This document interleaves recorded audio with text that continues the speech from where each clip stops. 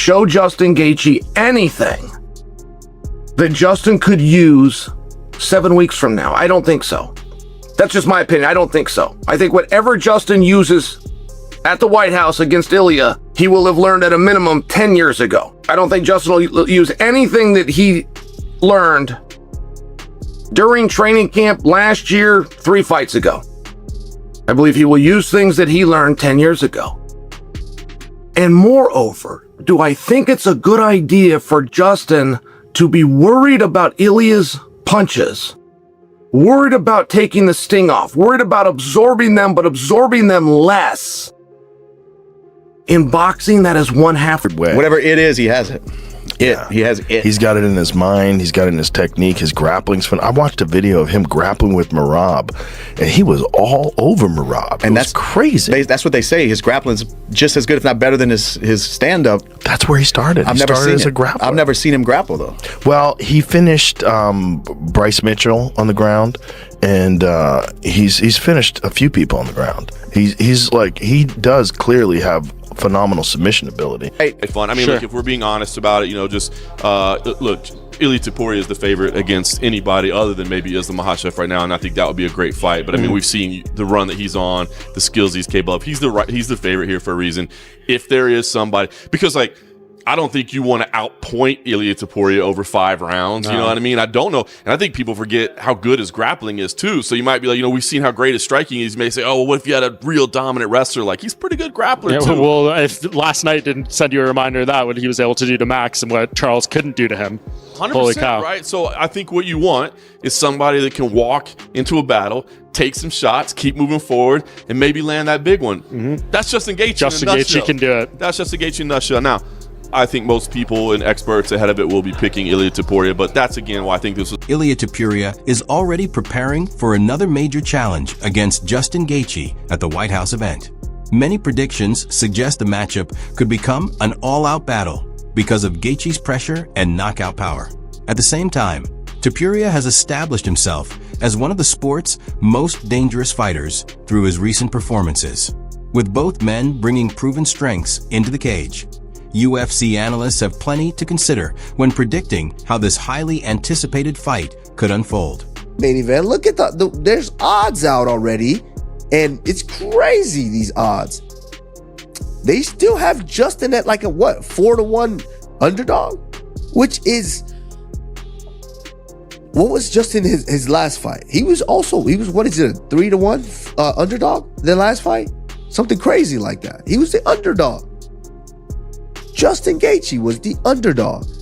So, I mean, it is what it is. I mean, these, whoever the odds makers are or whatever, I just feel like, you know, the disrespect is there. I mean, even myself, I was an underdog in my fight.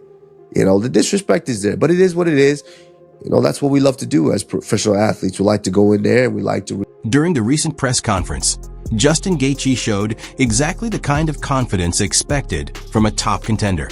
He was excited about competing at the White House, but made it clear that the spectacle would disappear once the cage door closed. Gaethje described Topuria as one of the toughest opponents he has faced, ranking him just behind Khabib in that regard. Despite respecting the challenge, Gaethje insisted he would not change his fighting style for anyone and planned to bring constant pressure, heavy attacks, and a finish-oriented mindset into the main event. Obviously, everyone wanted this main event spot. You're the American in this historic card at the White House. You essentially manifested this. In January, you said beat Paddy, unify against Ilia. You got what you wanted. I guess, what are the emotions now before this historic event? Yeah, it is an absolute dream come true. From where I come from, we all come from somewhere, but I come from the middle of nowhere, and to represent this country on this level at this moment in my career is something that I could have never dreamt of. My first fight ever was outside, and one of my last fights will be outside. So it's a crazy life. I'm gonna be so ready. I'm so ready to put it on the line. I don't give a fuck if he beats me, doesn't beat me, doesn't matter. I'm coming in there and I'm gonna try to knock this motherfucker out. I will be throwing missiles on the White House lawn. Ilia Topuria approached the press conference with a much calmer attitude, showing little interest in the hype surrounding the event. While he acknowledged that Justin Gaethje is an exciting and dangerous opponent, Topuria quickly made his confidence clear. In his view, Gaethje had never shared the cage with someone possessing the same level of ability and challenge that Topuria brings. A lot of people were vying for this spot, being side A of this historic card. I guess, what does it say about you that the UFC is trusting you for such a marquee event in an historic moment? Mira, una oportunidad tremenda y una cartelera histórica. ¿Qué dice de ti que el UFC te puso básicamente como estelar para esto? Honestly, I don't know what it says about me. I'm just so grateful with the UFC and with Dana, with everyone that was involved in this event. And the only thing I can say is thank you, and I really appreciate it. And standing opposite you is Justin Gaethje, obviously one of the most, maybe the most exciting fighter that has ever stepped into the UFC octagon. What are you expecting from Justin, and how can you possibly prepare for someone where a lot of their opponents just don't look the same after fighting Justin? Listen, one thing I know for a fact is that he never fought with someone like me. And the only thing from Justin is to him to show up in the event, and I'm going to do the rest. You know what I mean? When Justin Gaethje was asked to compare Ilia Topuria with the elite opponents he had faced throughout his career, he gave the champion considerable respect. Gaethje described Topuria as his second toughest opponent ever, placing only Khabib Nurmagomedov ahead of him. He also recognized Topuria's impressive victories over names such as Max Holloway and Charles Oliveira, calling that run exceptional. However, Gaethje made it clear that those accomplishments would only make defeating Topuria even more satisfying and significant for him. A lot of people say this run that Ilia is on might be the best 3 wins we've ever seen in the UFC. You fought all of the great lightweights of the world. How does Ilia stack up compared to your past opponents? Yeah, I think he's my second toughest test ever, next to Khabib. But yeah, those three now, Volkanovski, Holloway, Oliveira, yeah, legendary. So it's just going to make this win that much more spectacular. Topuria made his mindset clear when the discussion turned to potential backup fighters. He calmly stated that he expected to break his opponent's jaw within the opening minute, regardless of whether the matchup remained with Justin Gaethje or changed to someone else. The striking part was not only the threat itself, but how casually and confidently he delivered it. And for Dana and the headlines, Dana, I believe you said yesterday that Armin's the backup. Can you confirm that? And then from Justin and Ilia, your thoughts on that and potentially having to prepare for another man should something happen here, which of course we're hoping does not. Yes, true. I have no thought. Me personally, I don't care who I'm going to have in front. June 14, I'm going to break his job in the first minute, rather if it's Armin or Justin. Demetrius Johnson highlighted Ilia Topuria's technical precision, describing him as one of the most fundamentally polished fighters in MMA.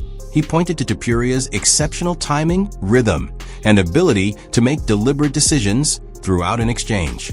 Johnson's assessment was that Ilia operates with remarkable efficiency, rarely making unnecessary movements or leaving obvious openings for his opponents. So yeah, that's why I just kind of went, yeah. And I was like, oh, okay, well, all right. And then, him fighting Ilia Topuria is probably one of the most technical, sound athletes that I've seen in mixed martial arts, meaning that his cadence of a rhythm when he boxes, when he hits pads, everything he does is like strategic, right? And so it's also surgical. The precision is perfect. There's no telegraph. There's no opening. Yeah. He sets things up. The timing is ridiculous. Yep. And then of course combine that with the power that he has. I mean, one shot is truly all it takes. Yeah, and Ilia Topuria can take a shot. And there was me talking to Justin Gaethje about that. So when I talked to him about that, I never want to give. I feel like every athlete has a Demetrius Johnson also acknowledged Justin Gaethje's intelligence, experience,